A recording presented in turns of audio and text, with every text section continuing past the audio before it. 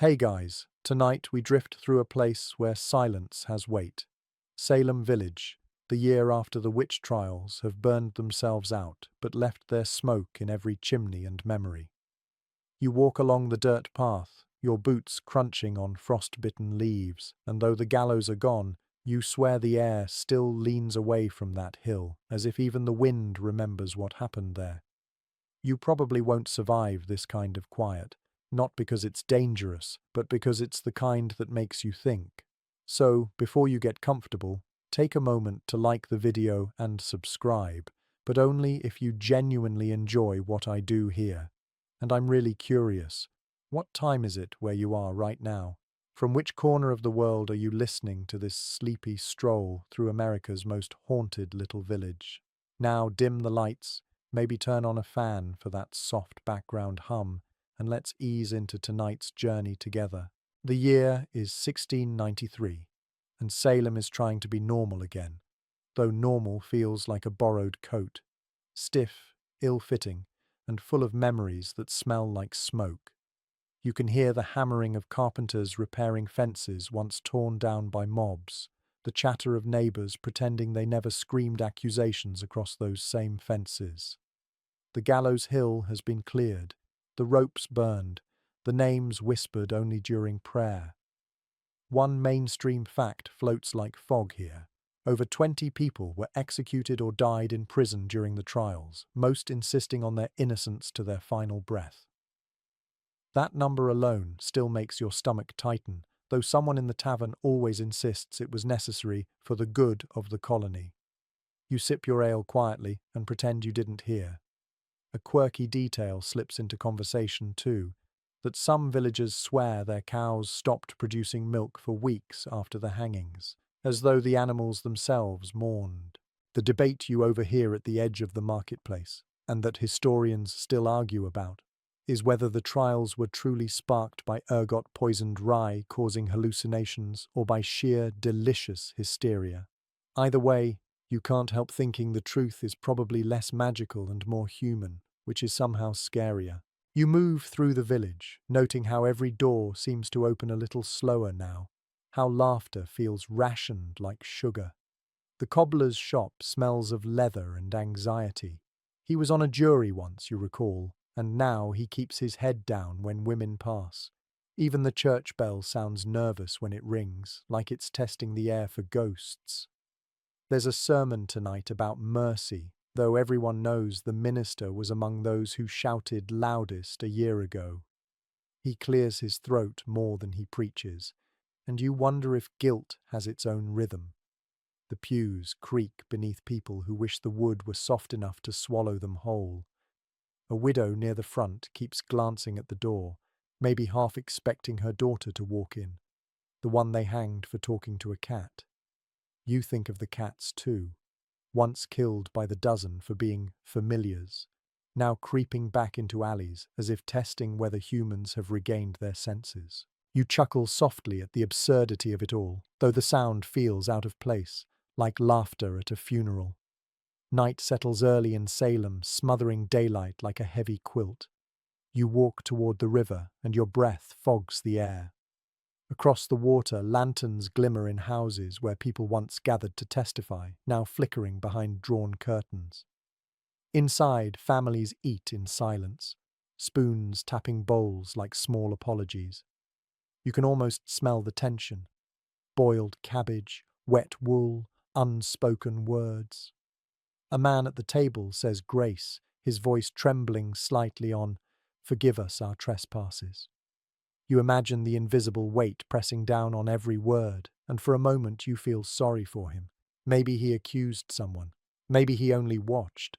Either way, he'll never escape the sound of the rope creaking in the night. The gossip that fills the tavern now is safer. New shipments from Boston, rumours of taxes, weather predictions. But sometimes, when ale loosens tongues, the conversation slides sideways into forbidden territory. Who saw what? Who heard whose voice in the dark? Who still dreams of the gallows hill? You catch fragments. She floated above the bed. I saw her shadow move. Don't say her name.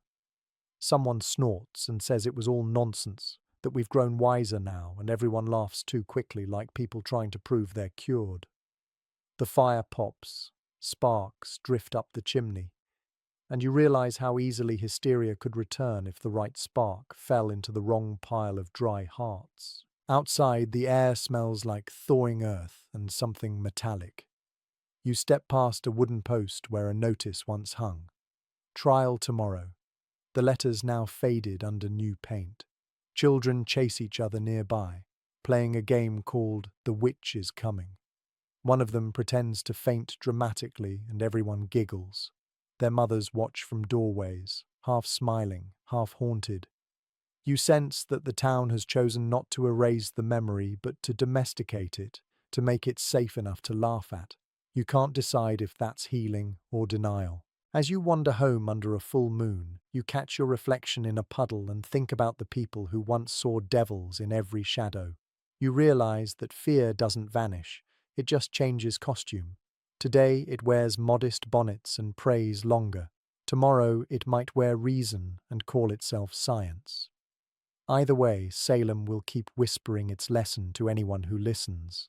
That belief, once untethered, can burn hotter than any torch. Somewhere in the dark, a rooster crows too early, confused by the lantern glow, and you smile. Maybe even the birds have lost track of what's real.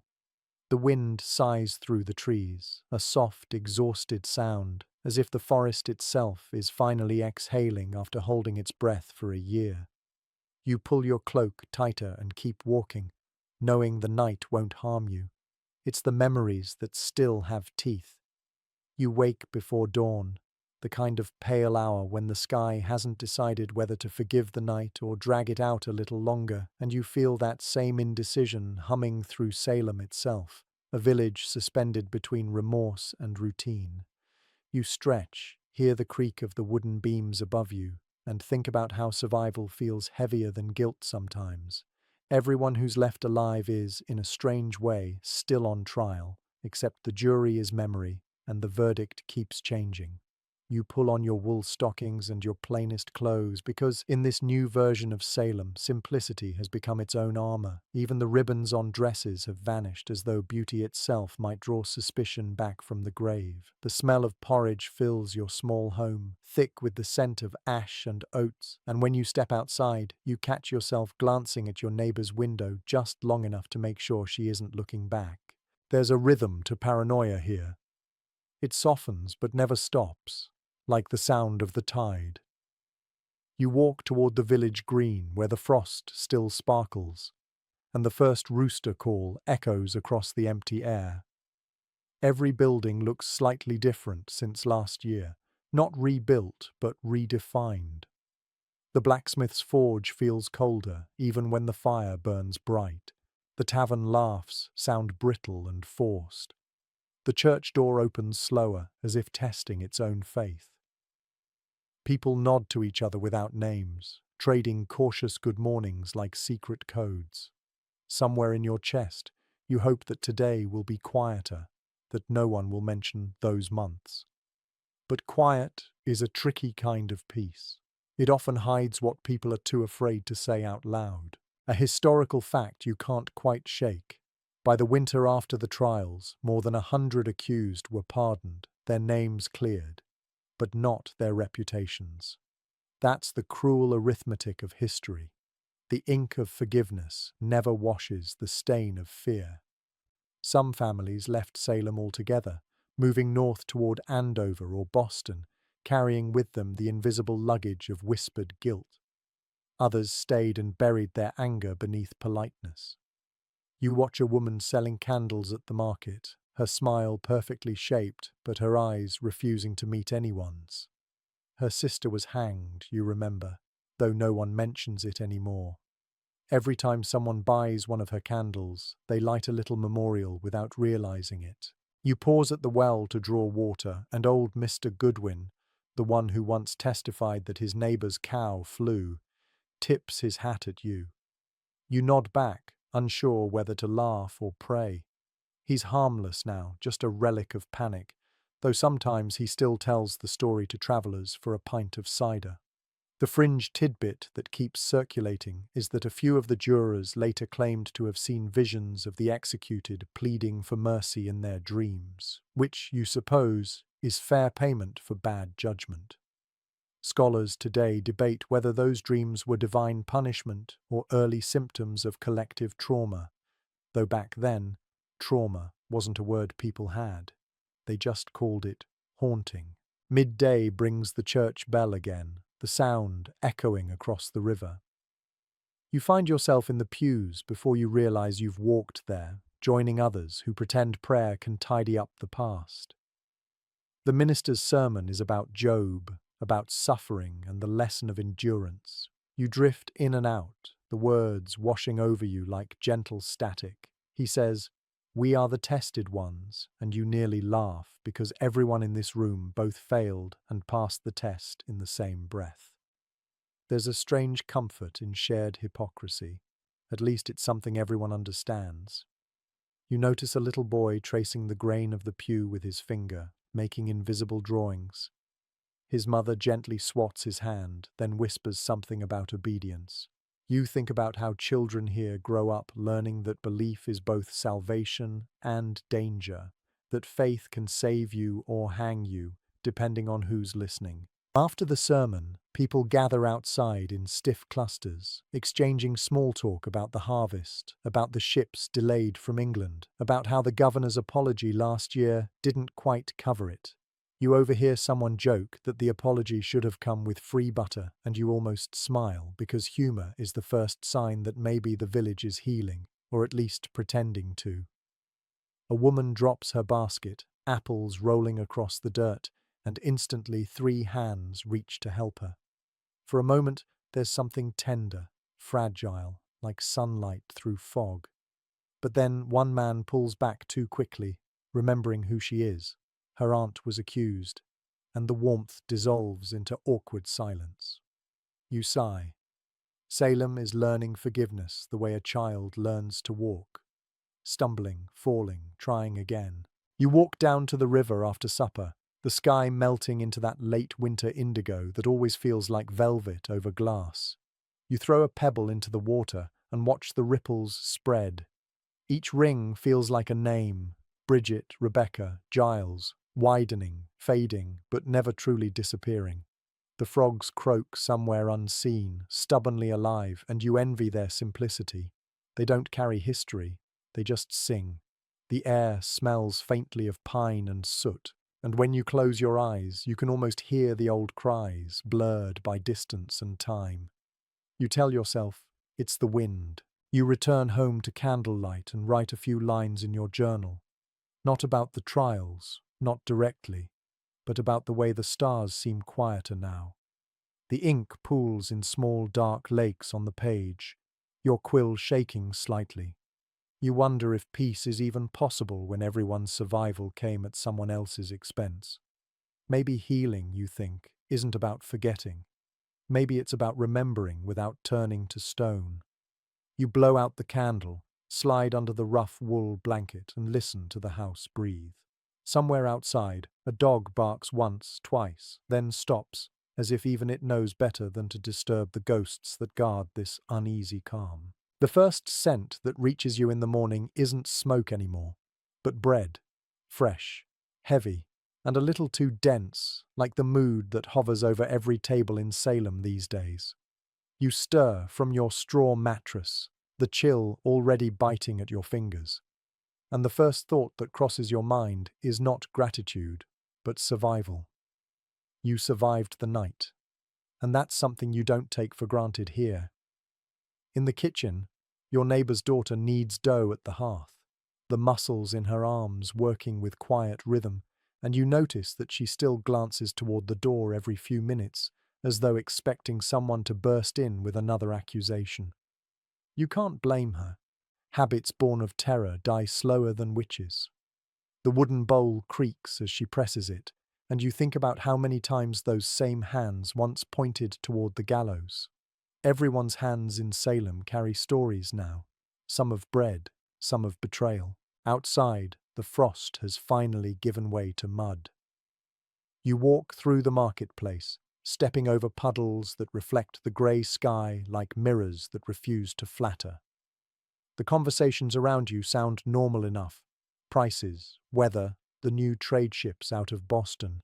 But every voice has that careful softness, as if volume itself might be dangerous. You catch one historical fact circling among the vendors like gossip. Reverend Samuel Parris, whose sermons once set hearts on fire, has resigned from the ministry. He's leaving town, they say, tired of the hatred, tired of the whispers that he lit the match. You imagine him packing his Bible with shaking hands, wondering if salvation comes with a forwarding address. The quirky rumor is that he's headed south to Barbados, where he once lived, because even he thinks the New England cold carries too many ghosts. And somewhere, under the clatter of barrels and the rustle of sacks, you overhear a scholarly debate still alive centuries later. Was Paris truly a fanatic or just a frightened man caught in his own sermon? You smile faintly. In Salem, everyone has been both. You buy a loaf of bread, still warm, its crust golden and cracked. The baker doesn't meet your eye. His wife was accused last year, spared only when the trials collapsed. She's the one who needed this dough, her forgiveness baked into every loaf like salt. You break the bread later at home, the steam curling up into the dim light, and for a moment the taste feels almost like peace. Almost. You close your eyes and remember how the same villagers once gathered around bonfires, not to celebrate, but to cleanse. The fires are gone now, replaced by ovens that warm instead of destroy, and you want to believe that's progress. You make a joke to yourself. At least no one's been burned for undercooking lately. And the laugh escapes you before you can stop it. It feels good, even if it echoes strangely against the low ceiling. Later, you walk toward the meeting house for morning prayer. The benches are still scarred from the boots of soldiers who once stood guard there, but new varnish dulls the evidence. The minister preaches about humility today, his voice softer than last year, like a man afraid of his own authority. He says, "We must remember our errors," and the room shifts uncomfortably. No one likes remembering. It scratches at the conscience like wool against skin. Still, you stay, because forgetting feels worse. Afterward, you pass the town green again and see a boy flying a homemade kite, a strange sight in Puritan Salem. Its paper tail flaps in the cold breeze, painted with streaks of red that look like blood in the sun. You feel the familiar chill of memory and think, maybe that's what living here means now, learning to see color again without panic. The boy laughs when the kite dives and crashes, shouting, "It's just the wind." You envy that confidence. For you, the wind still sounds like the whisper of lost names. That evening, you bake your own bread. The smell fills the small house, and the memory of fear lingers like an aftertaste you can't quite swallow. You sit by the window with your loaf cooling beside you, the moon silvering the edges of the village roofs. Somewhere a dog howls, then stops, as if remembering where it is. You break off a piece of crust and whisper to yourself, "We're still here," and the words feel heavier than the bread in your hands. In this village, survival isn't triumph. It's just another daily prayer spoken between bites. The morning sunlight in Salem is a quiet kind of gold now, thin and hesitant, like it's still deciding whether this town deserves warmth again. You walk through the square with a basket of apples under your arm, the frost just beginning to lift, and every footstep feels like a conversation waiting to happen. After all, rebuilding a village after hysteria isn't about carpenters or courts. It's about neighbors learning how to look each other in the eye again without flinching. That's the hardest part. The gallows are gone, the confessions burned, but the memory remains stubbornly alive in the way people pause mid-sentence, the way greetings trail off into silence. You wave at Martha Corey's cousin as she passes, and she nods once, just enough to be polite, but not enough to risk warmth. Forgiveness, it turns out, is slower than repentance. You stop at the market stall to trade your apples for beeswax candles. The merchant, Thomas Putnam, hesitates before taking them. He was one of the loudest accusers once, though no one mentions it now. His hands tremble slightly as he counts the coins, and you catch him glancing at the church tower behind you, as though he expects divine judgment to peek around the steeple and wag a celestial finger. You say thank you with an even tone, not because he deserves it, but because you're tired of the poison sitting in your stomach. A mainstream historical fact lingers over the exchange. In the years after the trials, several accusers, including Ann Putnam Jr., publicly confessed to their false testimonies, claiming they were deceived by the devil. She was only 12 at the time, but her apology became legend, a child repenting for the sins of adults. The villagers accepted her words, but not her face. Forgiveness in Salem always stops 1 inch short of comfort. Later, you pass a group of children building a snowman in front of the meeting house. They've given it a wide-brimmed hat and stuck a stick in its hand like a gavel. You overhear one boy laugh, "He's the judge," and another says, "Don't hang him this time." They giggle, innocent and cruel at once, the way only children can be. You can't tell if you should laugh or cry, so you do neither. The quirky local gossip, half believed, half denied, is that some of those old judges now claim to hear knocking sounds in their homes at night, the ghosts of verdicts demanding retrials. The scholarly debate, still whispered in churchyards, is whether this remorse marked the birth of a new American conscience or just another round of guilt dressed as virtue. You lean toward the latter. Humans are excellent at feeling sorry as long as it doesn't cost them anything. As noon approaches, the baker's bell rings, the same rhythm it used to announce bread and sometimes deaths. The villagers gather like they always did, pretending life has resumed its normal course. You help a widow lift a barrel, and she gives you a weak smile, the kind that looks borrowed from a happier face. Her son was one of the witnesses last year, and she hasn't spoken his name since. Still, she thanks you for helping, and in that moment, something tiny shifts. Maybe this is how rebuilding really begins. Not with speeches or apologies, but with two tired people carrying the same weight for a few seconds. That evening, you sit by your hearth and carve a new handle for your broom. The rhythm of the knife against the wood feels soothing, like breathing with your hands. Outside, you hear the faint murmur of neighbors talking, not about trials, but about spring planting. You smile. Hope in Salem doesn't arrive with trumpets. It sneaks in disguised as small talk about seeds. The candle beside you burns low, and you remember something you heard earlier, that trust is like dough. It only rises if it's left alone long enough to rest. You look at the flame flickering and whisper, almost to yourself, "We're still resting." The words hang in the air for a moment before dissolving into the quiet, and for once, the quiet doesn't feel like guilt. It feels like grace. Sunday morning drifts in with that pale, reluctant light New England seems to specialize in, and the church bell tolls across the frozen fields like a guilty conscience calling itself to order. You walk toward the meeting house with the others, boots crunching on brittle grass, the air smelling faintly of wood smoke and repentance. The bell's tone wavers, though. It used to ring with confidence. Now it trembles, as if even bronze can remember fear. The steeple looms ahead, white paint peeling like flaked parchment, and you notice how people don't walk shoulder to shoulder anymore. They leave just enough space between each other for mistrust to fit comfortably. Inside, the pews are half full, the fire low, and every creak of the floorboards sounds like confession. You find your usual seat near the back, where it's safest to watch without being watched. The minister steps into the pulpit, his collar stiff, his voice carefully measured. He is new, imported from Boston, a man with a reputation for gentleness and, more importantly, distance from the blood-soaked past. His sermon begins with the book of James. "Confess your faults one to another, and pray for one another, that ye may be healed."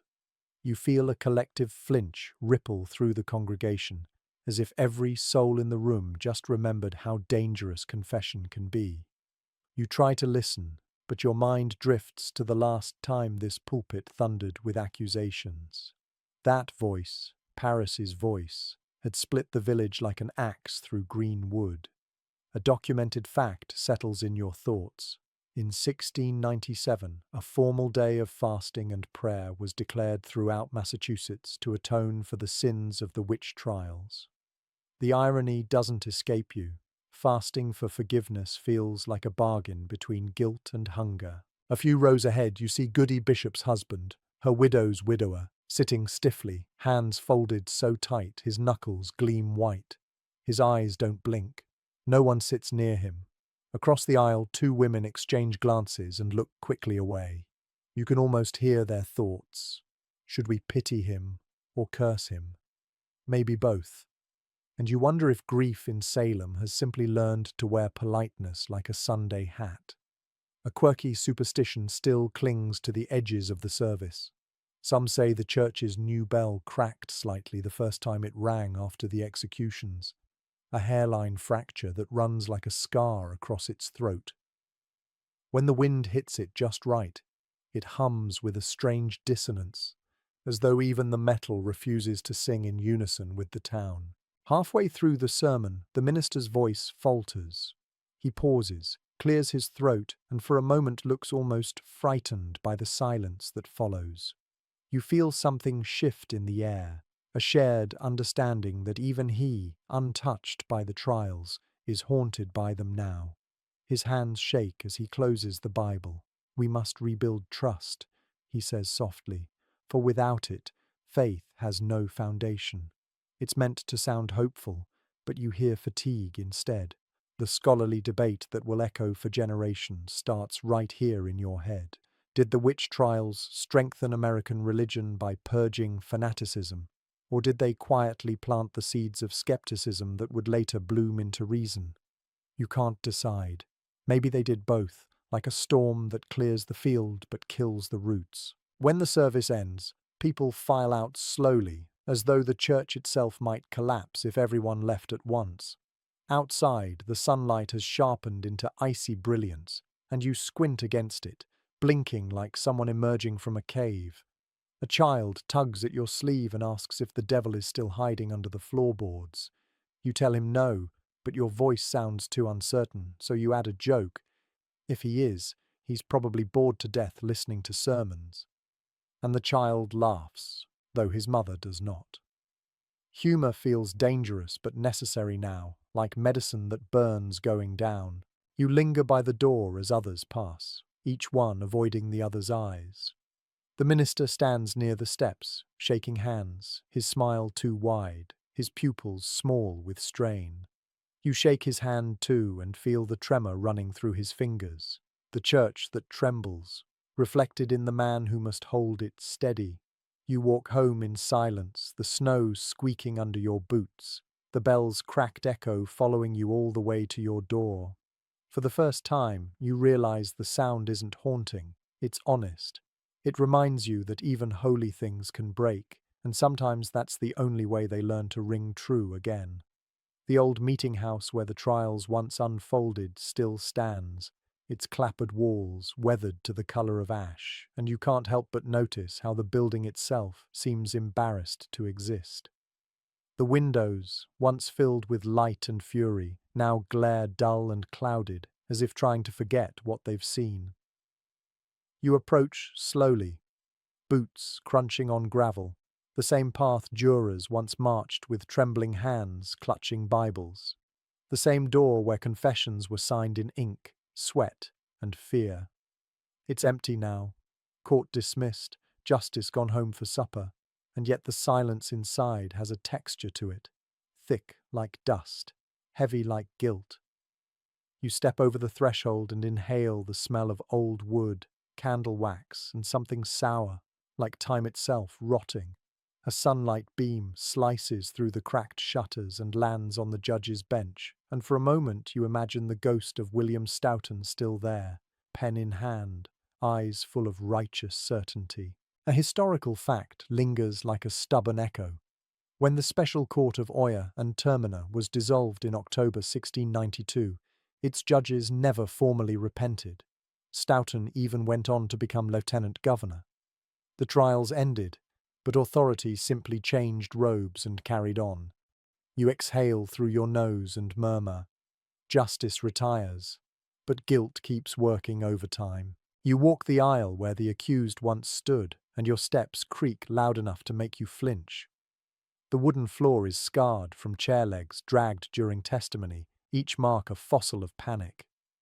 You picture the young girls who claimed to see spectres, their shrill voices filling this room like a fever that everyone caught. It's hard not to feel that the court itself was a kind of stage play, mass theatre directed by fear, performed to an audience desperate to believe. The quirky local tale that still circulates says that one of the benches was made from wood felled during a lightning storm, and people swore the devil's energy ran through it, explaining why confessions came so easily when suspects sat there. You tap the wood with your knuckles and half expect it to hum back.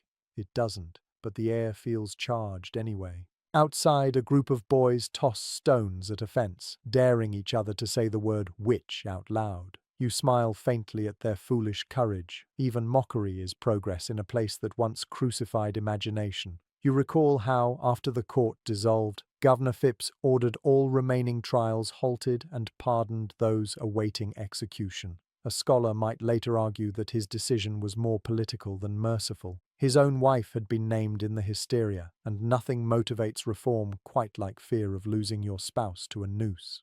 You imagine him reading the petitions that winter, candlelight trembling across his face, realizing too late that authority without reason is just superstition wearing a wig. You sit on the lowest bench and listen. The wind presses against the walls, the boards groan, and somewhere a loose shutter claps like the echo of a gavel. You find yourself whispering, not to anyone in particular, just to the room, "We believed too easily." Your voice sounds small, but the rafters carry it upward, and for a moment the building feels alive again, not angry, but exhausted. You think about how easy it is to invent monsters when reality is unbearable.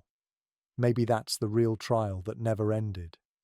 The scholarly debate that comes to mind, centuries in the making, is whether the witch trials were a momentary collapse of rationality or the logical product of a society built on fear and control. The answer depends on how honest you're willing to be about human nature. You stand, tracing your hand along the judge's desk, and find faint knife marks carved into the edge, initials maybe, or just nervous hands at work. You run your thumb over them and wonder whose they were, the condemned, the accusers, or perhaps someone like you, an observer trying to understand the chaos without becoming it. The sunlight fades, and the room cools.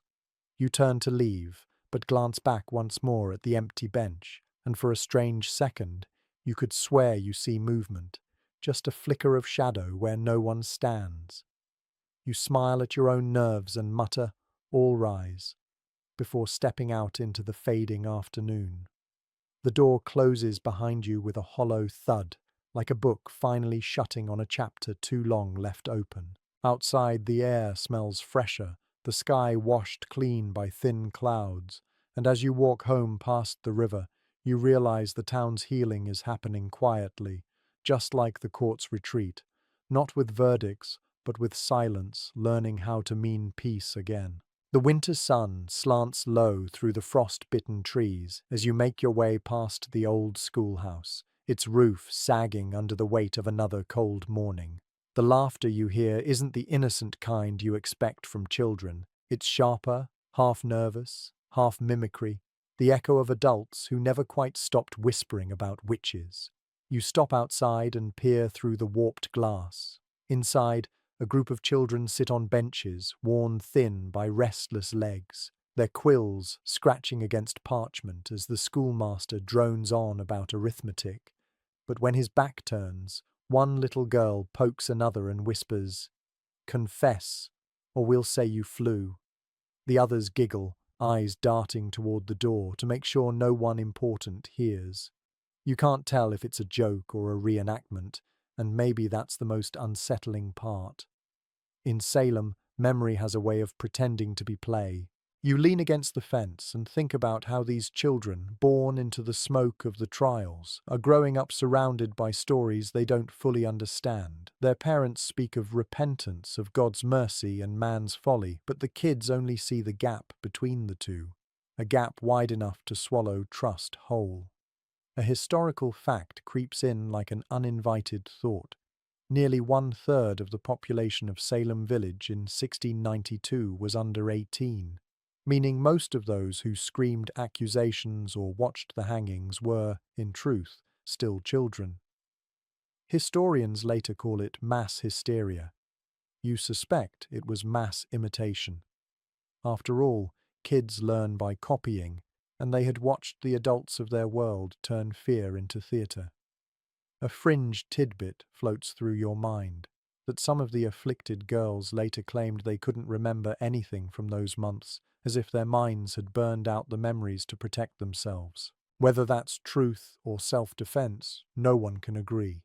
The ongoing scholarly debate still hums through classrooms centuries later. Were the girls genuinely entranced by belief, or were they simply playing a deadly game that the grown-ups refused to stop? The schoolmaster raps the table, and the children freeze. He's young, kind-eyed, newly arrived from Boston, and determined to teach them logic, reason, Latin, anything that smells less like superstition. Yet even he has learned that when thunder rolls, half the class crosses themselves instinctively. You smile faintly. Education may be the cure for fear, but it's a slow medicine, taken one hesitant sentence at a time.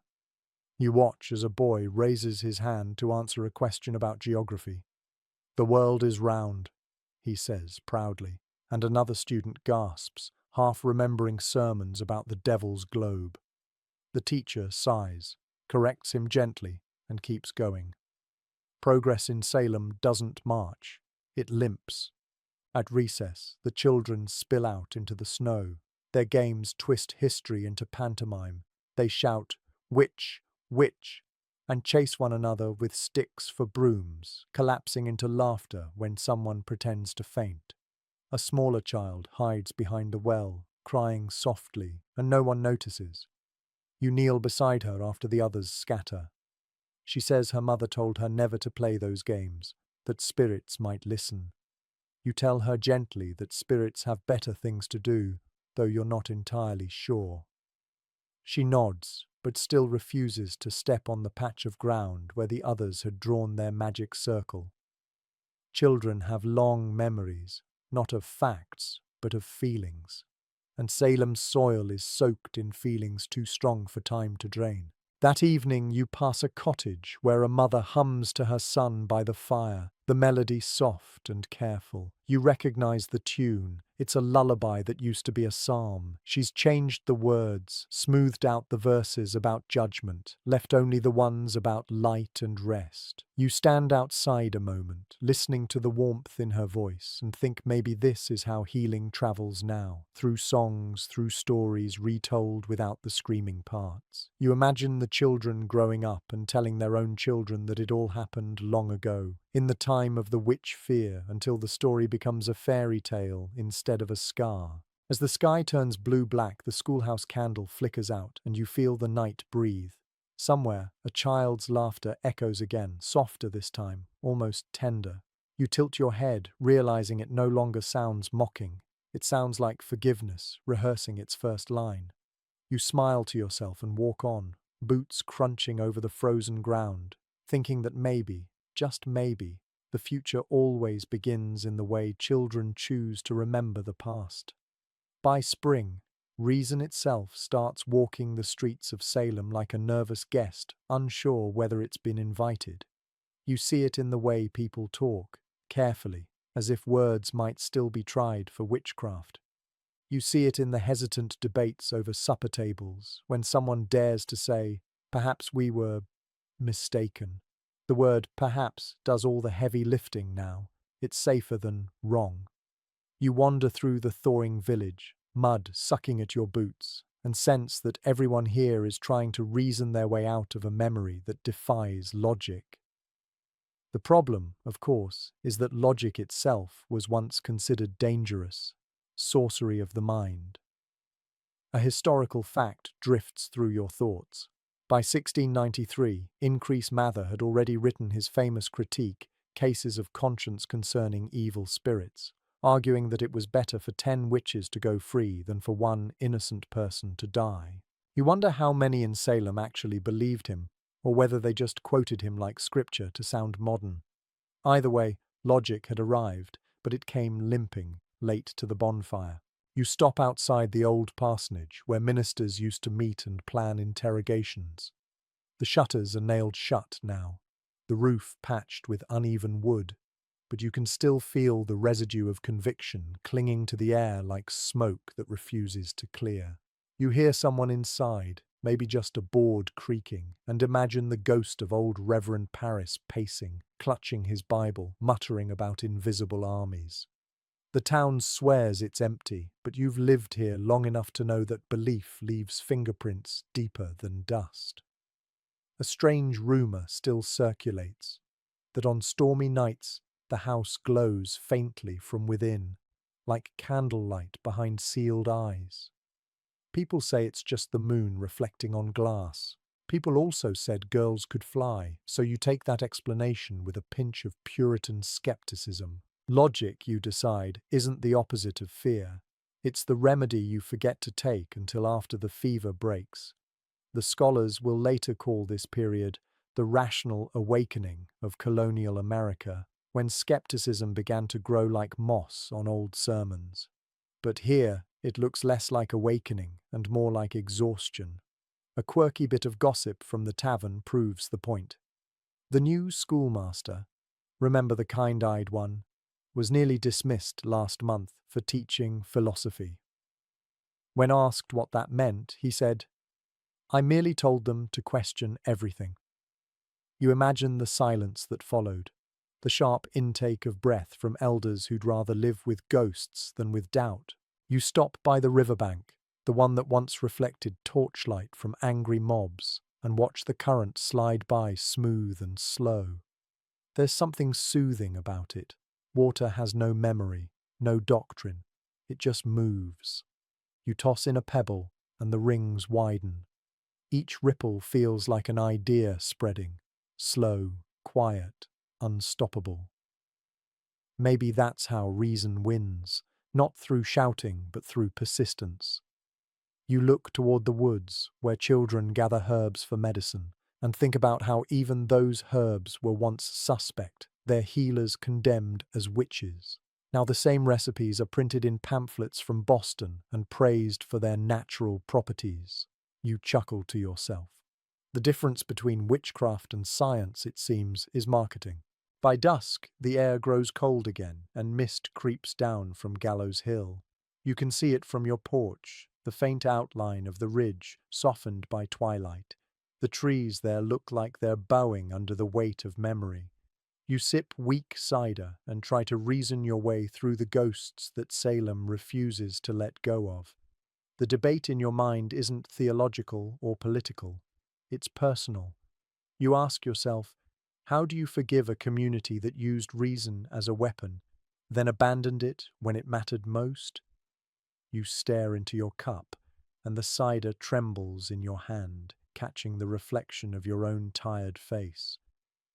Maybe, you think, the truest logic is this: humans will believe anything until it hurts too much to keep believing it. The night deepens, and you hear an owl call from the trees, its voice soft but certain. Somewhere in the dark, someone's candle goes out, another lights. That's how progress works here, not in leaps, but in flickers. You set down your cup, pull your coat tighter, and whisper a line from memory, something your father once said. The mind is the only thing that burns without fire. You look toward the hill one last time and imagine the ghosts nodding in agreement, content that reason, finally, is haunting Salem back. By the summer of 1697, Salem begins its strange new ritual: apologizing. It happens not in confessions whispered to ministers, but in writing, in neat, trembling lines of scarlet ink on thick parchment that smells faintly of iron and gilt. You stand outside the meeting house as the town clerk tacks one such apology to the notice board, the nails tapping like a heartbeat. People gather, heads bent, their breath mixing in the warm air. The document is an official statement of repentance from the jury of 1692, and the crowd reads in silence. "We fear we have been sadly deluded and mistaken," it says. The words hang there like laundry that will never dry. A historical fact swirls through your thoughts. On January 14th, 1697, the colony declared a day of fasting and prayer to atone for the witchcraft trials, a public cleansing that tried to wash the conscience of a town already rubbed raw. Some went willingly, some resentfully. You can still see both kinds of faces now, those who want forgiveness and those who think they never did anything wrong. The apologies become a kind of theatre. Ministers deliver them with sombre voices, but the tone often trembles between humility and self-defense. You overhear one elder say, "We were deceived by Satan's cunning," and you almost laugh. Not because it's funny, but because it's the oldest trick in the human playbook. Blame evil, not error. A quirky rumour that drifts through the tavern later that evening makes the moment both ridiculous and painfully human. Someone claims the governor's scribe spilled a drop of red ink on the apology scroll, and people gasped, thinking it was blood, a divine sign that heaven had underlined their guilt. The ink, of course, was just ink, but no one wanted to test the symbolism too closely. A scholarly debate will emerge centuries later, tangled between theology and politics. Were these confessions true repentance, or simply a public relations campaign for a colony desperate to prove its moral worth? You suspect the truth is somewhere in between, half heart, half performance, much like faith itself. As the day wanes, you walk to the green, where the same bell that once tolled for executions now tolls for repentance. It sounds gentler, though no less weary. Villagers kneel, hands clasped, eyes closed. Some cry quietly, others stare ahead, as if waiting for permission to stop pretending. The minister reads aloud the names of the executed, one by one.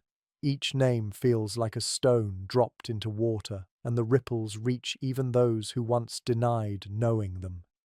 You bow your head when he says, "Rebecca Nurse," and you remember her calm voice at trial, how she prayed even for her accusers. The wind moves through the crowd, lifting hair and hems, and for a heartbeat, it feels like those lost souls have returned, not vengeful, just tired, curious to see if the living learned anything. You walk home afterward, through the soft dusk, the smell of candle smoke still clinging to your clothes. At your table, you unfold a scrap of paper and dip your quill into the same scarlet ink. You aren't anyone important, no judge, no juror, but something in you aches to write too. You begin, "To those who suffered," and pause, realizing you don't know how to finish. The words feel too small, the page too clean. You let the quill rest and stare at your reflection in the dark window. Outside, fireflies flicker above the fields, tiny lanterns blinking without guilt, without memory.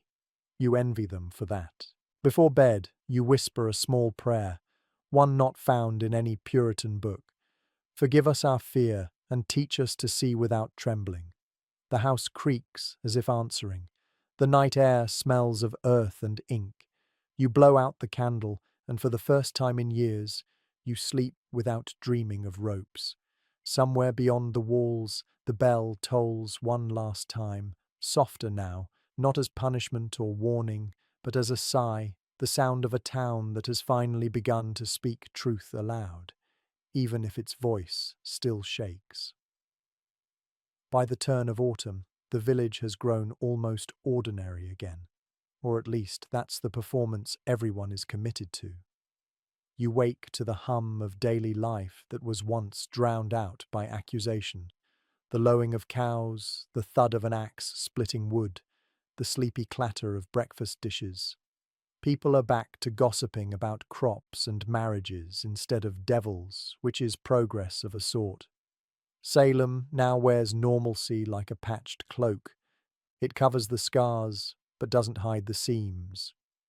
You step out into the crisp air and see your neighbour, Goody Preston, sweeping her doorstep with an intensity that borders on penance. When she notices you, she smiles too brightly and says, "Fine weather," which is the local translation for "let's never talk about last year again." The streets smell of apples and ash.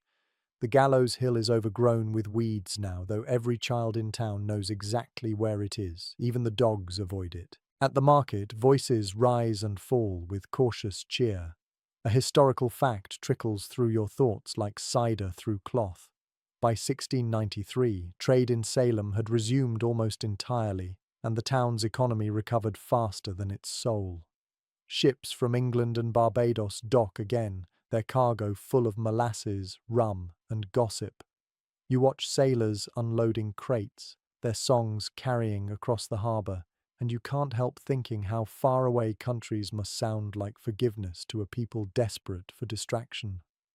The merchants haggle, the smith hammers, and a fiddler in the corner plays a tune so lively it almost feels indecent.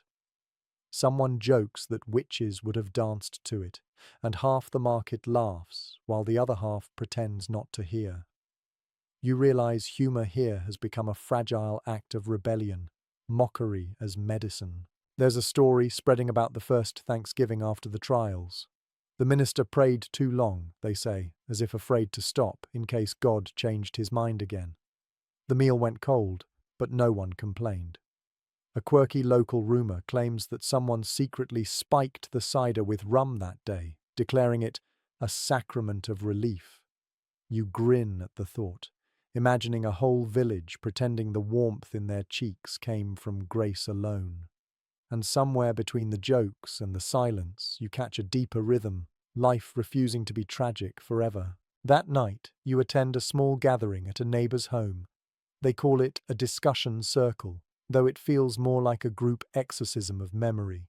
Candles flicker, and faces glow in amber light. One man says softly, "Maybe we needed to see the worst in ourselves before we could be better." Another counters, "Or maybe we just wanted someone to blame." The debate goes in circles, but no one raises their voice. You think about how far Salem has come. Once, disagreement could hang a person. Now it merely keeps you up past curfew.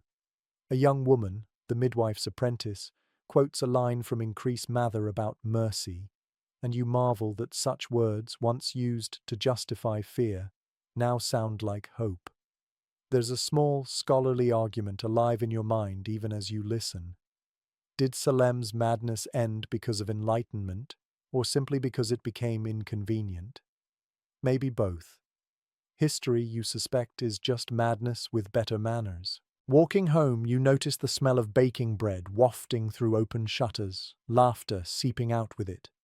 You think of how many nights in this same village were once filled with screams instead. The difference between those two sounds, laughter and fear, feels like the entire distance humanity ever manages to travel. You stop by the well, dip a bucket, and see your reflection ripple. It's older, sadder, but awake. The moon rides high above Gallows Hill, pale as forgiveness, and for the first time, you don't look away. Inside your cottage, you light a candle and sit by the window, writing a few lines in your journal. Life continues, you write, and perhaps that is miracle enough. You underline it once, not for drama, but for gratitude. Then you close the book and watch the flame flicker smaller, smaller, until it goes out on its own. The dark that follows doesn't frighten you anymore. It feels earned, like sleep after a long confession. Outside, the last wind of summer brushes against the shutters, and the village exhales with you, one long, quiet breath of relief. By early spring of the next year, the harbour starts speaking again, not with sermons or sighs, but with the creak of ropes, the slap of sails, and the sharp, briny gossip of the sea. You walk down to the docks in the pale dawn light, boots crunching over frozen mud. and the smell of salt and tar is almost intoxicating after so many months of stale, landlocked silence. The ships are back, English sloops, Caribbean traders, and the occasional Dutch merchant, all with hulls full of goods and mouths full of rumours. It feels strange to remember that while Salem was tearing itself apart, the world kept spinning. London rebuilt after its own fires. Boston thrived. And here, in this small corner of New England, you still measure progress by how many barrels of molasses make it through the port without incident. A historical fact curls through your thoughts like a sea breeze. By the late 1690s, Salem's economy had quietly recovered through transatlantic trade, even as its reputation abroad remained tinged with scandal. England may have forgiven, but it certainly hadn't forgotten. You watch sailors unload barrels of rum and sugar, the sweetness of the cargo mingling with the sour smell of fish. The dockhands shout, laugh, curse, and for the first time in a long while, their words don't sound afraid.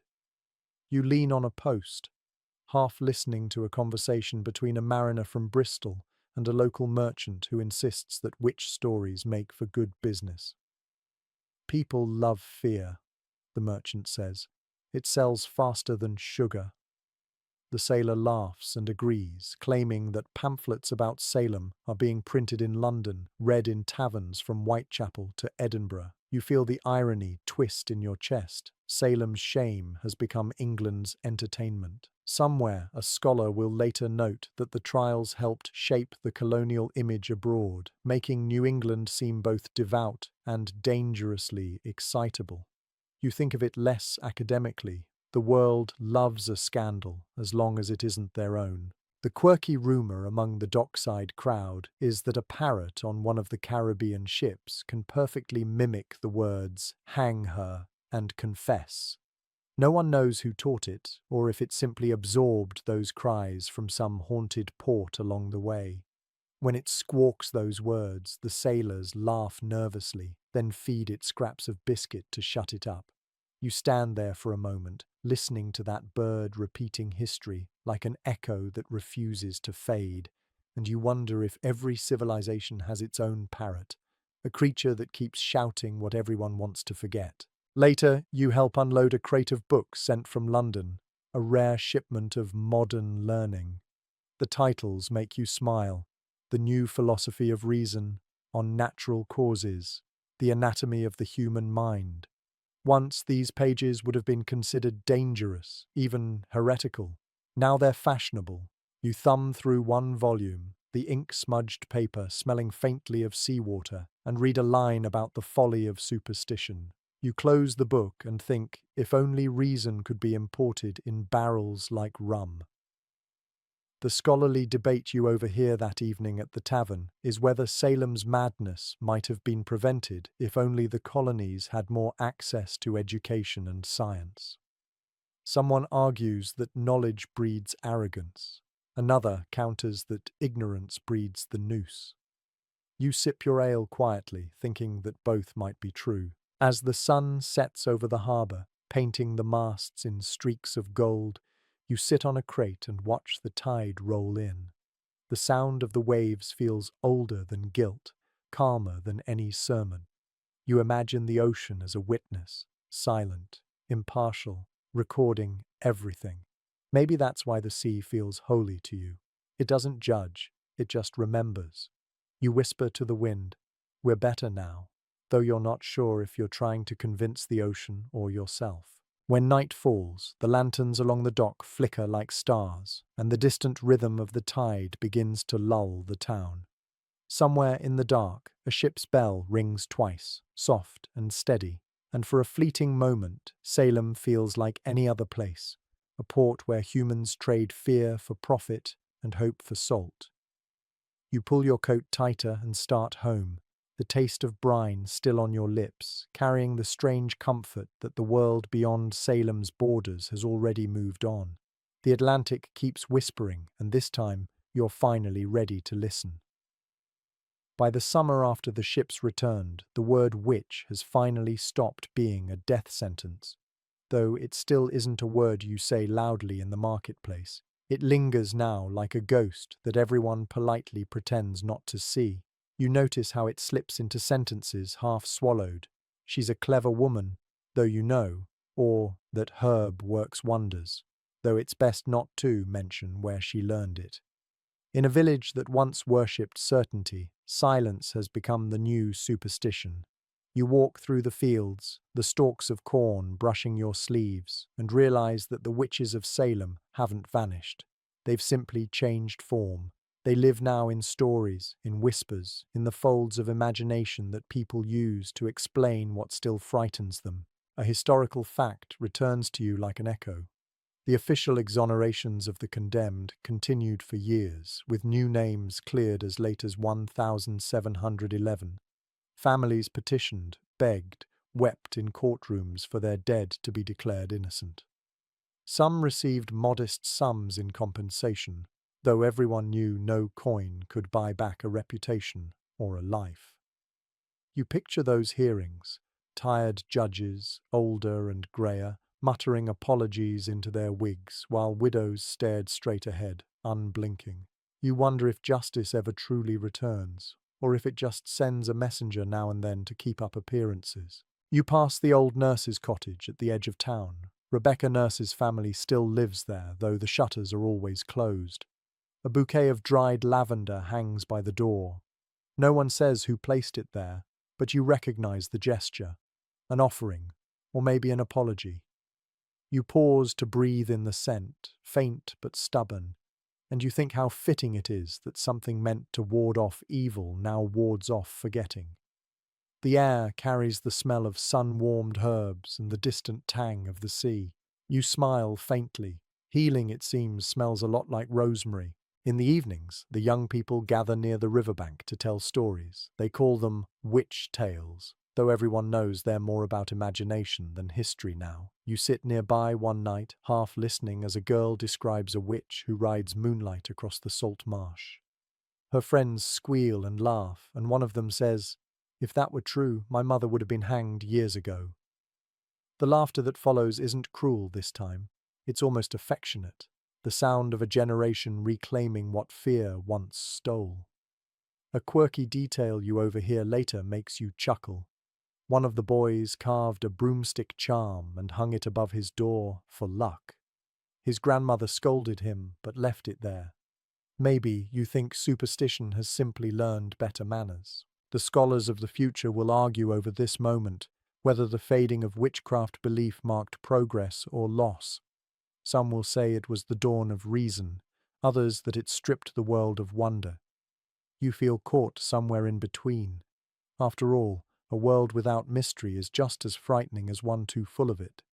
As twilight deepens, you walk home along the path by Gallows Hill, the grass taller now, soft and golden. The hill no longer looks like a scar, more like a memory that's been left to grow wild. Fireflies rise from the grass, tiny sparks of light flickering where ropes once swung. You stop and watch them dance, thinking that maybe this is what redemption looks like. Not erasure, but transformation.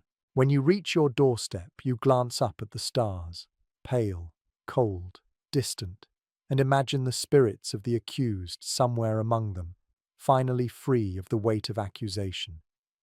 You whisper a name, just one, and the night seems to hold it for a heartbeat before letting it drift away.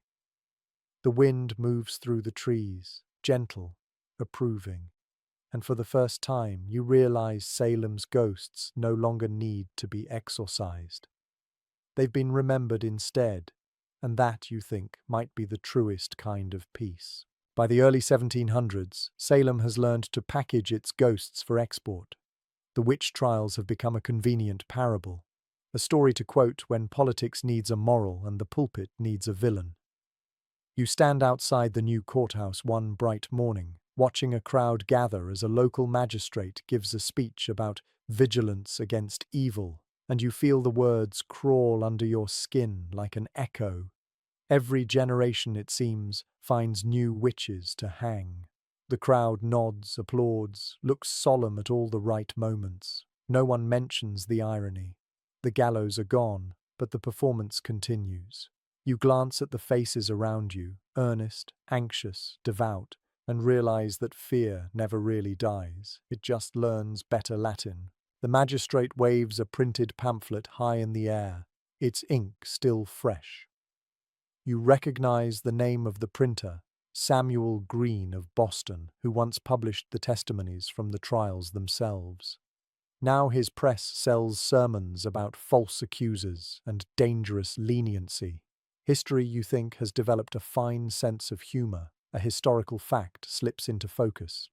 In the years after the witch trials, Massachusetts officials increasingly used the episode as a political lesson, warning against both superstition and dissent, two evils that somehow always pointed in opposite directions. A fringe tidbit you heard from a sailor last week makes the picture darker still. In London, pamphlets about Salem are being reprinted as cautionary tales against democracy itself, proof, they claim, that the mob cannot be trusted. You imagine English nobles reading about your little town by candlelight and shaking their powdered heads. Salem's panic has become a proverb for human weakness, and worse, an exportable one. You wander through the market square later that day, and the gossip sounds strangely familiar. The targets have changed. No longer witches, but debtors, foreigners, anyone who owes more than they can pay. Fear, it seems, is an adaptable currency. You overhear a woman mutter that the devil hides in commerce, while her husband insists the devil hides in rebellion. Both are half right, you think, and wholly wrong. The tavern talk that night confirms it. One man praises reason, another warns it leads to atheism.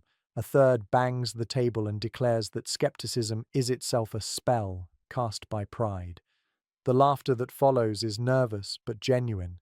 Even hysteria, you suppose, becomes folklore eventually. At the far end of the tavern, a travelling preacher from Connecticut rises to speak. He's young, sharp-eyed, and clearly rehearsed. He thunders about the dangers of sin, the fragility of civilization, the need to remain ever watchful. You sip your ale and count how many times he says vigilance before you finish the mug. 8. The room swells with amens, but you notice one old farmer shake his head slowly. "They'll never stop seeing witches," he mutters. "They'll just change the spelling." You stifle a laugh because it's the truest thing you've heard all week. The scholarly debate that will rage centuries later begins right here in this moment. Did Salem's tragedy teach Americans to question authority, or did it merely teach authority to disguise itself as righteousness? You suspect both answers are true and equally unsatisfying. When you step outside, the night air feels sharp and alive. A faint fog curls over the cobblestones, the kind that makes lamplight look holy. You walk past the meeting house and glance at the weather vane, a rooster shining faintly in the moonlight. It turns, uncertain, as if trying to point toward truth but forever caught between winds. You pause and listen. The town is quiet now, but beneath that quiet hums something restless, something political and spectral at once. Salem's ghosts have traded their chains for rhetoric, their gallows for speeches. And maybe that's progress, you think, but it's the kind that still asks for applause after every sin. You walk home beneath a sky so clear it hurts your eyes, the constellations sharp as glass.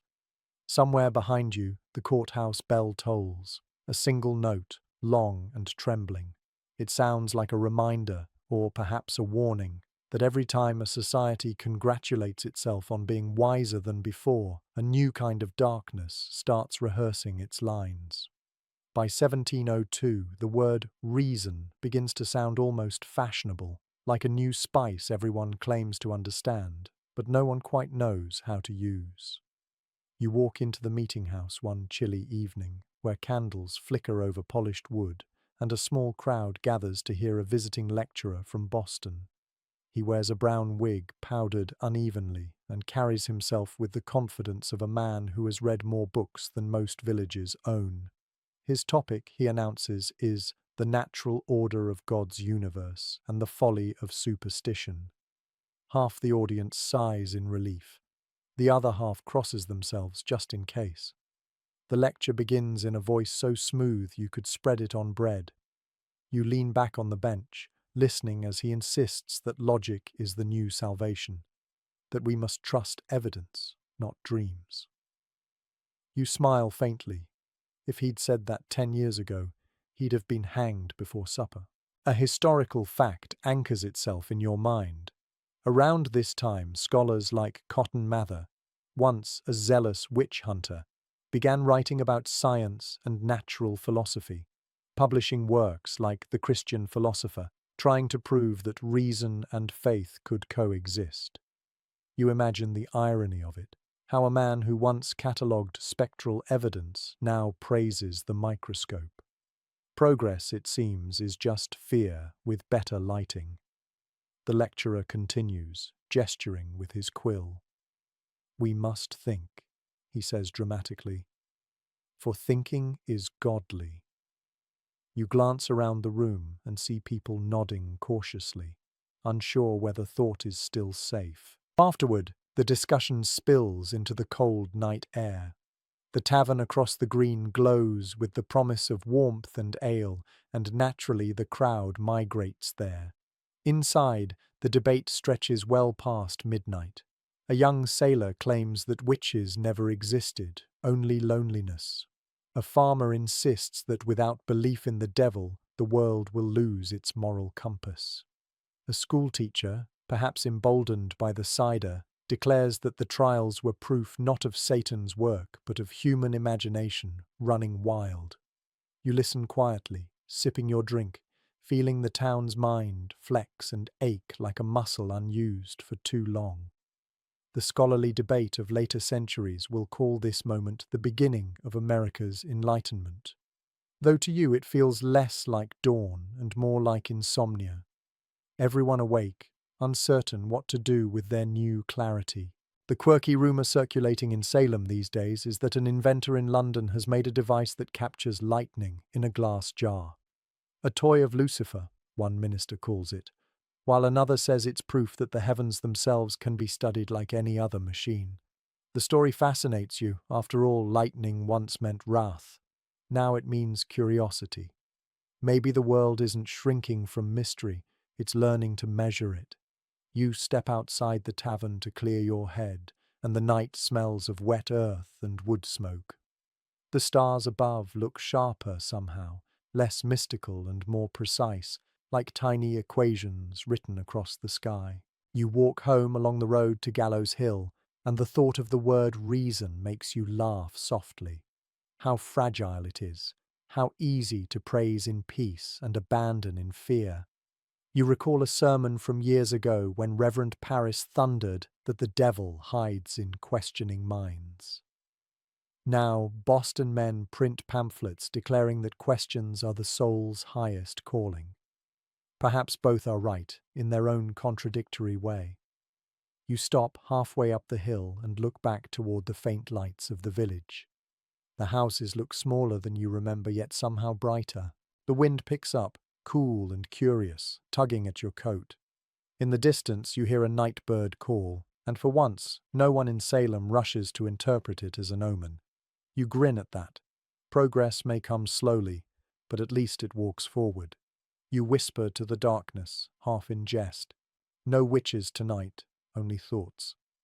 The silence that answers you feels vast, intelligent, forgiving. Perhaps that's what reason really is. Not the end of mystery, but the courage to live beside it without trembling.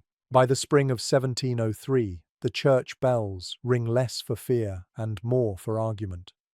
Salem's ministers, once united by fire and brimstone, now quarrel in candlelit rooms about what faith should look like in a town that burned its own certainty to ash. You stand outside the meeting house one night, listening through the open windows as two voices clash like flint on steel. One insists that the devil still prowls unseen, waiting for reason to dull the soul.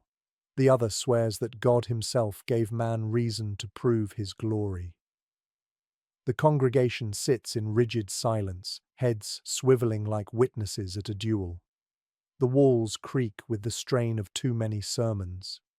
You slip inside, take a seat at the back, and watch the divide unfold like a crack through ice. The first minister, an older man with a beard the color of candlewick, pounds the pulpit, warning that the Enlightenment is a gateway to pride.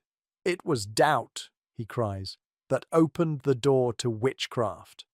The younger one, barely 30, counters that it was blind obedience that opened the gallows instead.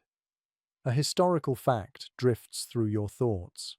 By this time, Boston and Salem were splitting along theological lines, old light and new light, each side claiming to protect the true flame of faith. You watch that rift widen right here in this small church. The older man's voice trembles with memory, the younger's with hope. You realize both are haunted, one by ghosts, the other by ideas. Outside afterward, the congregation spills into the cool air, murmuring. One woman whispers that Satan works in questions, another replies, and maybe in answers too. You smile grimly. Salem has developed a knack for contradictions. A quirky tidbit from town gossip makes you chuckle despite yourself. Someone painted the word thinker on the younger minister's door in red chalk, meaning it as an insult. He left it there for days, calling it free advertisement. The scholarly debate that will echo for centuries begins in these pews. Can faith survive reason, or does reason simply refine faith into something humbler? No one here knows yet. As night deepens, you walk past the parsonage and see both ministers standing apart in the yard, one staring at the stars, the other studying the ground. You realize they're praying to the same God, but in opposite directions. The wind rustles through the trees like a slow applause for their stubbornness. You think of how Salem's soul mirrors this scene, half sky, half soil, caught between the promise of understanding and the comfort of surrender. You turn toward home, the moon high and clean above the rooftops. Behind you, the church door shuts, its echo rolling across the empty green. You whisper to yourself, "Let them argue. It's better than silence." Because silence, you remember, was what allowed the hangings. Maybe this noise, this endless, righteous noise, is the sound of a town learning how to think without burning. By 1705, the witchcraft books have quietly vanished from Salem's shelves, replaced by volumes with softer titles. On the movements of the stars, natural history of air, philosophical meditations. You run your hand along the spines in the small library above the meeting house, noticing how none of them mention spirits, curses, or omens. Salem is teaching itself to read again, but this time with caution, as though every page might still hide a trapdoor. You open a leather-bound book on astronomy, its pages crisp and sweet with age, and you smile when you see that someone has drawn a tiny broomstick in the margin. Progress, you think, always leaves graffiti. A documented fact hums quietly in your thoughts. By the first decade of the 18th century, literacy in New England had risen higher than anywhere else in the colonies. The same society that once feared books now depended on them. Reading has become a new religion, sermons replaced by pamphlets, belief traded for ink. The irony isn't lost on you that the same printing presses that once spread panic now distribute calm. A fringe tidbit you overheard at the docks makes you grin. A Boston merchant is selling Enlightenment packages, boxes filled with imported scientific texts and one free candle. To banish darkness, his advertisement says. You imagine the ghosts of Salem groaning at the pun. The scholarly debate that drifts between scholars and tavern-goers alike is whether knowledge itself can cleanse a soul. Can facts atone for fear? A young printer argues yes. Ignorance was our devil. An old farmer answers no. It wasn't ignorance, it was certainty. You sip your ale and think how both are probably right. Outside, the air smells of thawing soil and wet bark. Even the earth seems to be learning how to breathe again. You walk home that evening with a small stack of books under your arm. The stars shimmer like punctuation marks above the dark roofs. At your table, you light a candle and begin to copy a sentence from one of the new volumes. The universe is a harmony of laws, not whims. You trace the words carefully, half believing them, half hoping the ink itself carries protection. When you pause, the candle guttering low, you hear the faint creak of the rafters, an old house exhaling, or maybe the ghosts leaning closer to read over your shoulder. You smile and whisper, "Don't worry, it's only philosophy." By midnight, the pages around you glow gold in the candlelight. For the first time in years, you realize knowledge feels like warmth rather than fire. The spells are broken, the prayers rewritten, and Salem's new magic is bound in paper instead of fear. By 1706, the most dangerous sound in Salem isn't a scream or a sermon anymore.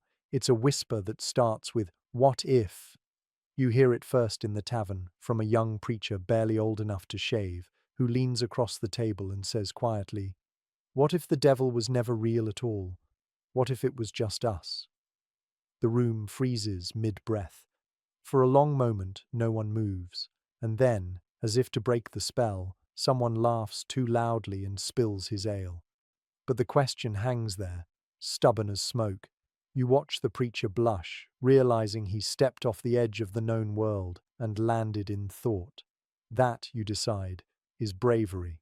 Quiet, trembling, and entirely new. A historical fact floats in your mind. In 1706, Anne Putnam Jr., one of the chief accusers of 1692, stood before her congregation and publicly confessed. She said, "It was a great delusion of Satan that deceived me." The town wept, though no one quite knew whether from forgiveness or exhaustion. Her voice cracked mid-sentence, and witnesses swore a candle flickered through the windows were shut. You imagine her trembling hands, her eyes fixed on the floorboards where other girls once pointed at invisible shapes. You think about that moment often, the courage it takes to doubt yourself out loud in a place that once worshipped certainty. The quirky rumour spreading through the countryside says that a travelling scholar from London has begun lecturing that hell is metaphor, claiming the fires are in the mind, not the earth. Salem's ministers pretend not to have heard of him, but you notice their sermons growing softer, their threats of brimstone shrinking into moral advice. The scholarly debate that follows will last for generations. Is faith stronger when questioned, or only when untested? You suspect that doubt, like salt, doesn't spoil belief, it preserves it. You walk through the village green as dusk falls, the sky bruised purple and gold. Children chase each other between the houses, their laughter echoing where once there were cries. You overhear one girl tease another, "Witch!" and the second replies, "You wish," the kind of banter that would have cost lives not long ago. The world has shifted on its axis, just a little, and you can feel it under your boots. At home, you light a single candle and stare into its steady flame. You think of all the voices that used to fill this town, shouting, accusing, praying, and how the silence between them now feels deliberate, thoughtful, earned. Maybe that's what healing sounds like. Not hymns, not apologies, but questions whispered gently into the dark. You lean back, close your eyes and murmur, "What if forgiveness begins with doubt?" The candle flickers once, as if agreeing, and the night settles around you, peaceful, uncertain, alive. By 1707, Salem is learning that survival sometimes means erasure.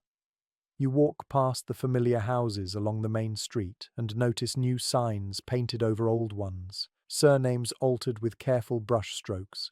Putnam becomes Patterson, Nurse becomes Norse, and Corey is now Corwin. It's subtle, almost elegant, but anyone paying attention can still read the memory beneath the letters. Families are rewriting their names to escape association with the trials, as if identity itself can be scrubbed from history.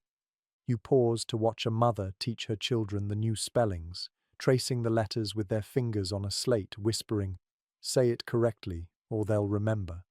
You shiver. Even in peace, memory clings like ivy. A historical fact threads through your mind. In the years following the trials, some families literally changed their surnames or relocated to other colonies to escape stigma. It was a practical choice, a way to protect inheritance, marriage prospects, and daily interactions from the shadow of accusation. But while the ink and fences might change, the stories do not. You catch a quirky detail in the marketplace. A young boy proudly points at his father's new sign and whispers, "It's like magic." The father sighs, amused and exhausted, and reminds him that sometimes magic is just survival disguised as letters. The scholarly debate continues silently among you as you walk. Are these changes a clever strategy or an attempt to erase culpability from collective conscience? Some argue that changing a name is harmless.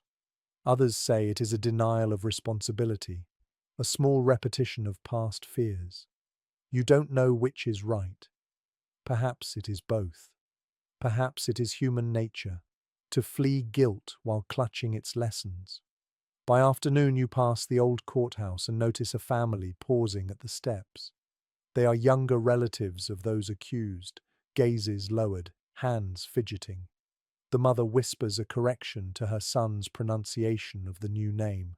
It feels ritualistic, like baptizing shame into something safer, something that might survive the years without consuming them. You watch them until they disappear into a side alley, the weight of their history balanced delicately against the new identity they carry like fragile lanterns. That evening, you sit by your hearth and write in your journal, noting the pattern of survival in letters and ink. Names may change, homes may shift, and towns may try to forget, but human memory persists, even now as candlelight dances across your walls.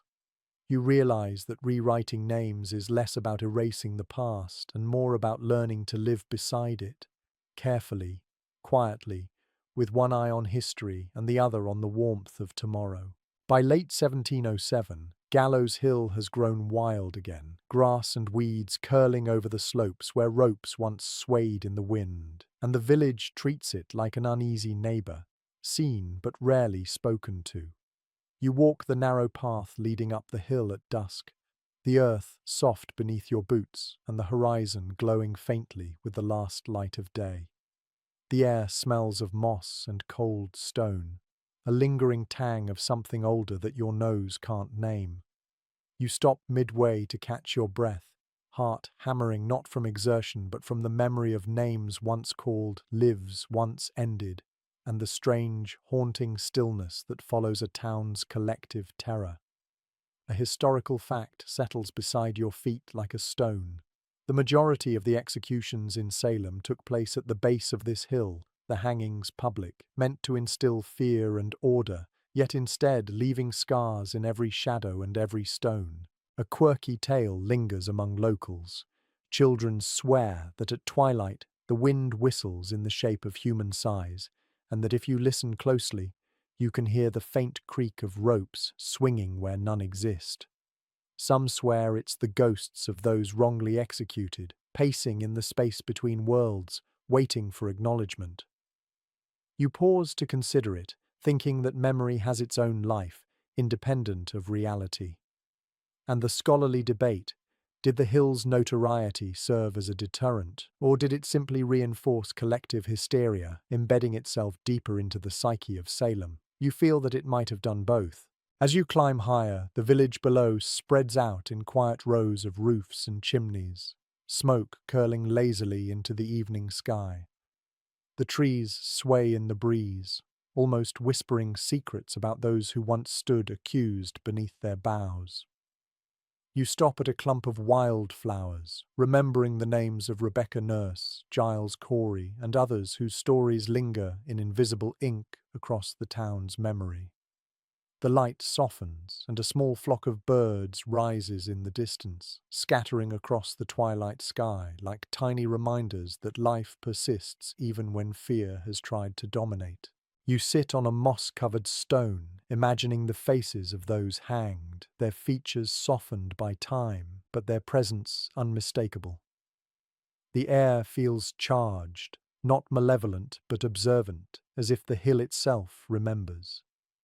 You take a deep breath, smelling the faint scent of lavender someone has left nearby, and think about how the townspeople now cross paths silently, acknowledging but not confronting the past directly.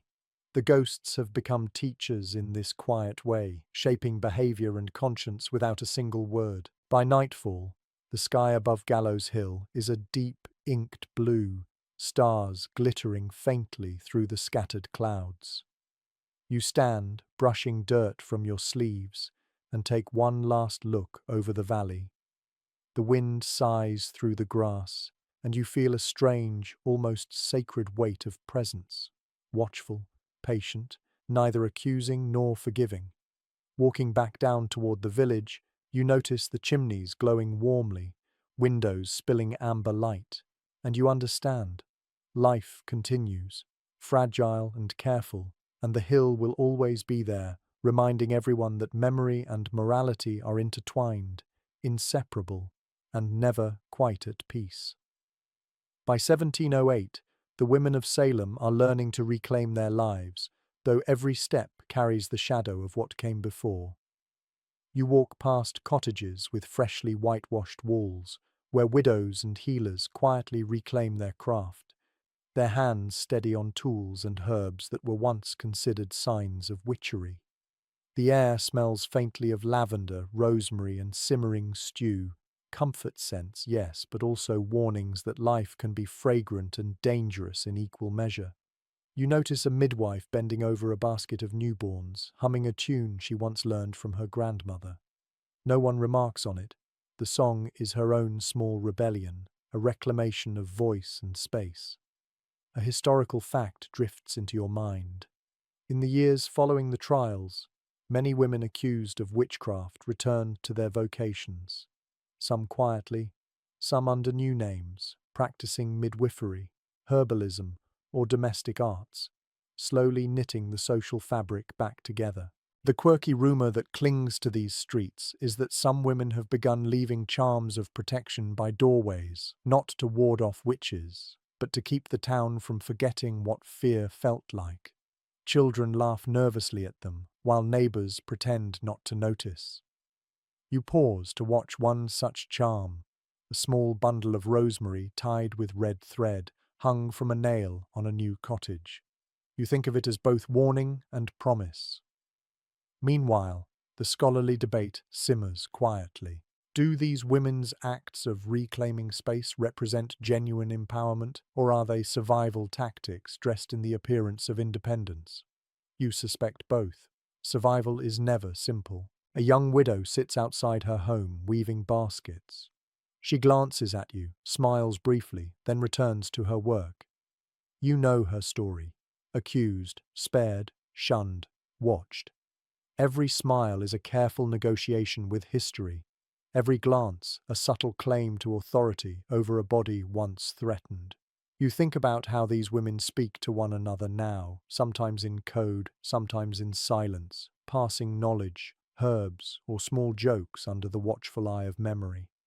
The language of survival has become its own secret art. Evenings bring market day, where women trade not only goods but stories, advice, and sometimes spells, practical, harmless ones, intended to heal or to remember.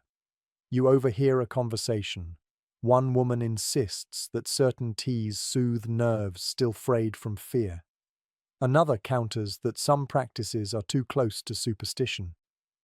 The debate is lively but gentle, marked with laughter and shared nods. Humor, you realize, is another kind of restoration, as crucial as bread or water. As the sun dips low, painting the village roofs amber, you wander through the streets lined with chimneys, smoke curling lazily. Women walk with purpose now, carrying baskets or children, teaching apprentices, tending gardens. The air smells of earth and hope. You pause on Gallows Hill for a moment, looking down at the village, remembering the past, and marvel at how courage has shifted its form, from standing accused to standing upright. You step carefully down the slope, the night soft around you, realizing that the women of Salem have become the quiet pulse of its renewal, threading courage and memory together in ways both visible and unseen. By 1709, the men of Salem walk with a different weight, one forged not in labor, but in memory. You pass the blacksmith's shop and see his hands, scarred from years of ironwork, trembling slightly as he hammers a horseshoe. The rhythm is steady, necessary, almost hypnotic, yet you know that each strike echoes the echoes of the past. Many of these men were accusers, jurors, or witnesses who now carry the invisible rope of conscience around their necks. A historical fact presses itself into your mind. Giles Corey's famous refusal to plead during the trials left his body to bear torture until death, a stark reminder that stubbornness can be fatal, and that hindsight in Salem is always accompanied by sharp regret. You imagine the fathers of the village bent over fields or anvils, silently calculating how differently they might have acted. The quirky rumor circulating is that some men have begun placing small stones on the thresholds of houses, tiny memorials to the accused, or perhaps to remind themselves not to speak too quickly. No one admits why, and the stones appear overnight, unexplained, mysterious, yet strangely comforting. Scholars debate whether these gestures are true contrition or social performance, a way to cleanse guilt without verbal confession. You watch a man kneel at one such doorstep, brush dirt from his hands, and sigh as though some weight has temporarily lifted. At the tavern that evening, conversation turns cautiously to business, but the undertone is always reflection. A former juror whispers that he dreams at night of the screams he ignored. Another, drinking cider, mutters that he would give a year of wages to undo the accusation he made in haste. You sit quietly in the corner, noting the rhythm of remorse. It's slower than fear, but no less relentless. Every glance, every handshake carries the memory of that winter. Even laughter feels tempered with apology. The men also gather in the market square to discuss repairs and new construction. You see them measuring beams, trading tools, joking lightly, yet every action is careful. Hands that once pointed now balance, lift, and build. You overhear a comment. Better to mend a fence than a soul, but both take time. You nod silently. That is the rhythm of survival in Salem now, labor as penance, daily routines as lessons. By nightfall, the village is quiet, except for the soft creak of doors and the occasional low laugh from a household trying to reclaim normalcy. You walk past the blacksmith again, noticing the glow of fire through his window. He is still hammering, still shaping metal, still haunted. You wonder if men like him ever forgive themselves fully, or if regret is a companion meant to endure. The wind carries the scent of earth and embers, and you think that perhaps it's enough that they continue to work, to care, to build, small acts that honor memory without drowning in it. By 1710, Salem's air has begun to hum with a new sort of energy, not the heat of panic, but the quiet, insistent pulse of curiosity. You stroll past the meeting house and notice a group of young men and women gathered near the notice board, reading a pamphlet imported from Boston. Its title catches your eye: An Inquiry into the Nature of Superstition. The language is careful, reasoned, almost daring. You realize that skepticism has arrived in Salem like an uninvited guest, quiet, polite, yet impossible to ignore. For the first time, questions are considered safer than certainties, and imagination is encouraged to roam freely under the watchful eye of reason. A historical fact floats through your mind. During this period, the early stirrings of the Enlightenment began influencing New England, prompting debates about superstition, religion, and the limits of authority. You overhear a scholar reading aloud that fear is a convenient substitute for knowledge, and you nod, feeling both validation and discomfort. The town, which once celebrated conformity as a shield, now contends with the strange thrill of doubt. A quirky story adds levity. A local tailor insists that wearing mismatched socks will prevent spectral visions, claiming that the devil dislikes disorder. Children giggle, adults roll their eyes, yet the charm persists. Skepticism here isn't merely academic, it's a survival skill. Villagers experiment quietly, testing herbs, questioning testimonies, and reading imported texts by candlelight. The scholarly debate continues to simmer. Did the Salem witch trials serve as a catalyst for rational thought? Or did rational thought arrive independently, only strengthened by the lessons of fear? You think it is both, entwined like roots beneath the village soil. Evening brings a gathering at the tavern, where the conversation is lively but thoughtful. One man argues that dreams are merely neurological events, not signs of witchcraft. Another insists that moral order demands some form of divine oversight.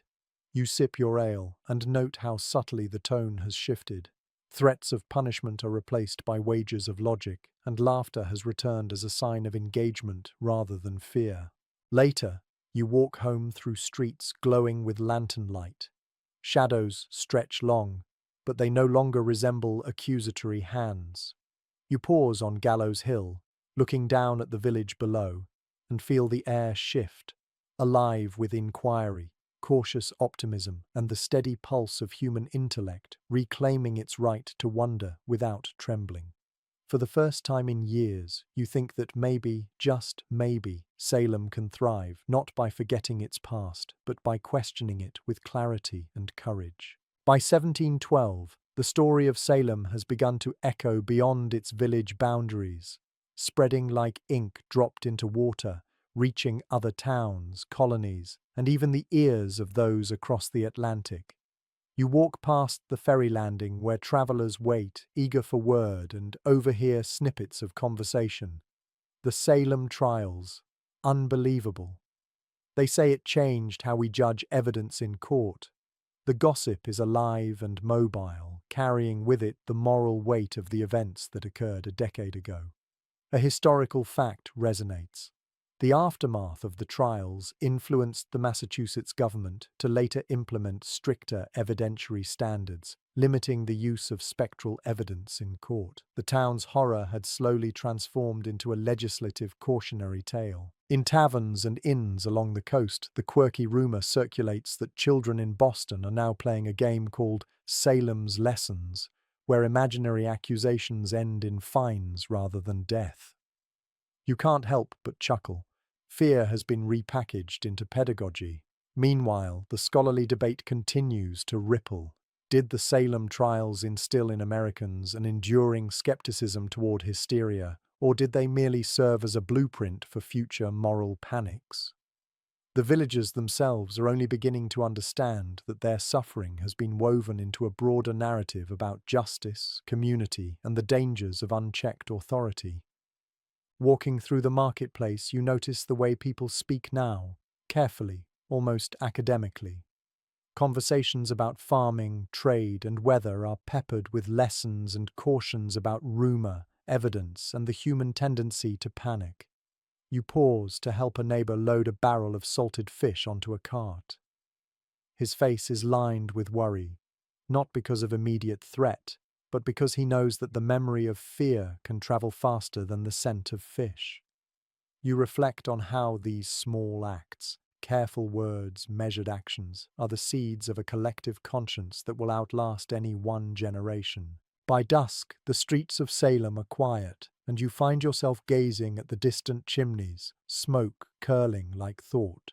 The village has become a symbol, a moral reference point, both for itself and for the broader colonies.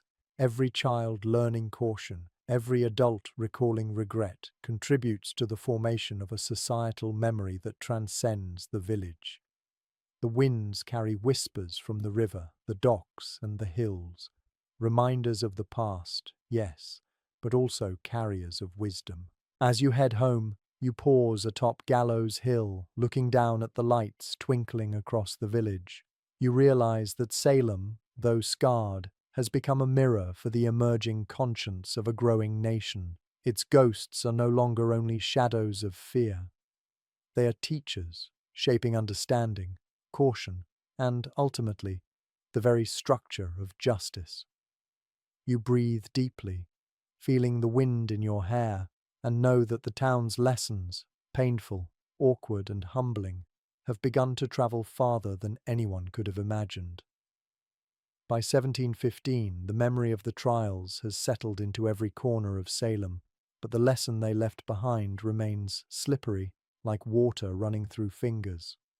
You wander past the old courthouse, noticing how tourists, visiting merchants and curious neighbors, pause to peer at the faded marks where judgments were once pronounced. Everyone agrees a moral exists, but no one agrees exactly what it is. A historical fact presses against your mind. In the years following the trials, the colony repeatedly debated compensation, reparations, and public acknowledgement, yet no unified message emerged, leaving the moral murky for decades.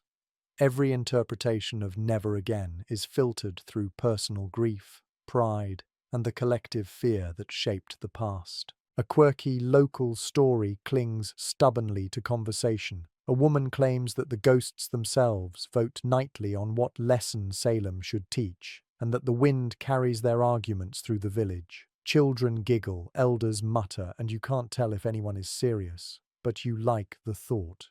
Meanwhile, the scholarly debate persists. Did the trials cultivate a national skepticism toward accusations, or merely provide a cautionary tale for local politics? The answer, like so many things in Salem, is probably both and entirely unsatisfying. Walking through the green at twilight, you notice families seated on benches, recounting stories of the trials to younger children. Some embellish for drama, others soften the horrors into fables of morality. You stop to watch a father mimic a judge, gaveling the air, while his daughter squeals with delight and mock fear.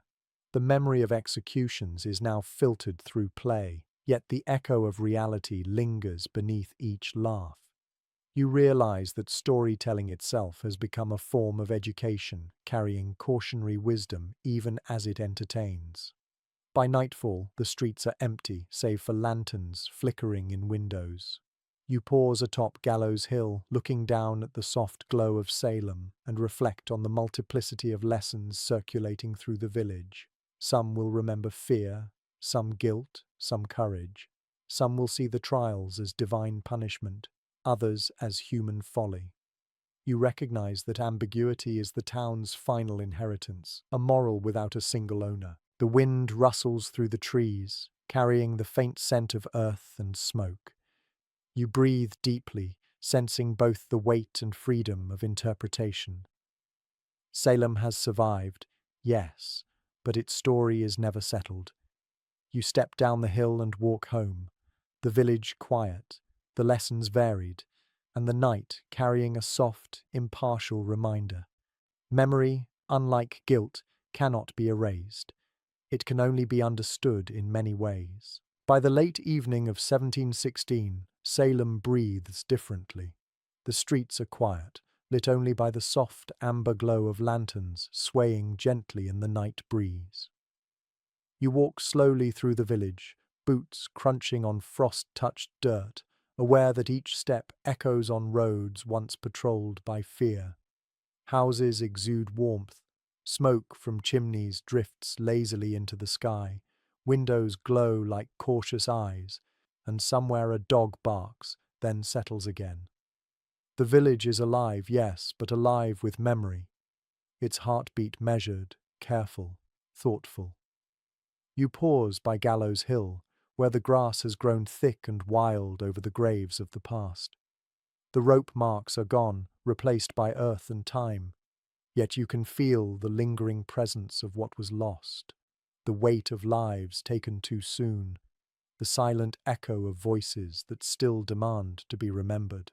The town's children laugh quietly in the distance, chasing one another between homes, their voices soft, cautious, yet full of curiosity. You notice the women walking home from the market, baskets balanced on hips, their heads held high. The men are tending their fires and tools, working late into the dusk, shaping iron and timber with deliberate care.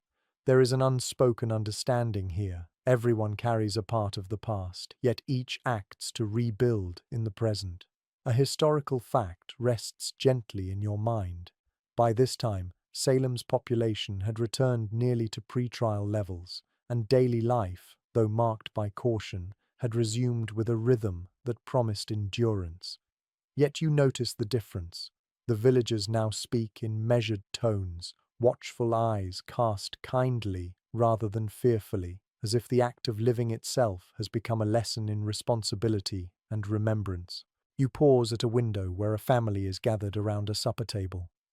The mother hums softly, her voice smooth and warm, threading comfort through the evening air. The children listen, heads leaning close, eyes bright. It's an ordinary scene, yet you sense the extraordinary resilience hidden within it. You inhale the scent of bread, smoke, and herbs, a bouquet of ordinary miracles. The quirky, almost humorous remnant of the trials persists in whispered jokes and playful warnings to don't point fingers too fast. Yet these jests are gentle now, infused with both memory and relief. Scholars might debate whether such rituals are coping mechanisms or early lessons in societal morality. Yet you witness their subtle efficacy, fear transformed into reflection, guilt into guidance. As night deepens, the village slows. Lanterns flicker lower, doors close softly, and the wind moves over the fields with a hush that feels like reassurance. You walk back toward your own home, feeling the cool night press around you, breathing in the quiet hum of a community learning to live with its past. Somewhere, an owl calls in the distance, a slow, measured note that seems to approve of the hard-won peace. You pause one last time at the edge of the village, listening to the soft chorus of animals, the whispering leaves, the distant lullaby of wind over rooftops. And you understand that healing is gradual, tender, and stubborn. You step inside your home, warm and still, candlelight dancing softly across familiar walls. The hearth crackles with a gentle heat, and you sink into your chair, the weight of memory and relief settling together. Outside, the night sky stretches wide, speckled with stars, and the village sleeps beneath it, cautious but alive, aware of the past yet not imprisoned by it. Your heart slows, the quiet deepens, and the tension of years eases gently from your shoulders. Salem has learned to breathe, to remember without trembling, and to live without letting fear dictate its every action. You close your eyes, letting the candlelight fade and the night's hush carry you into calm, knowing that this moment, fragile and luminous, is both the legacy of pain and the promise of peace. End of script. Sweet dreams.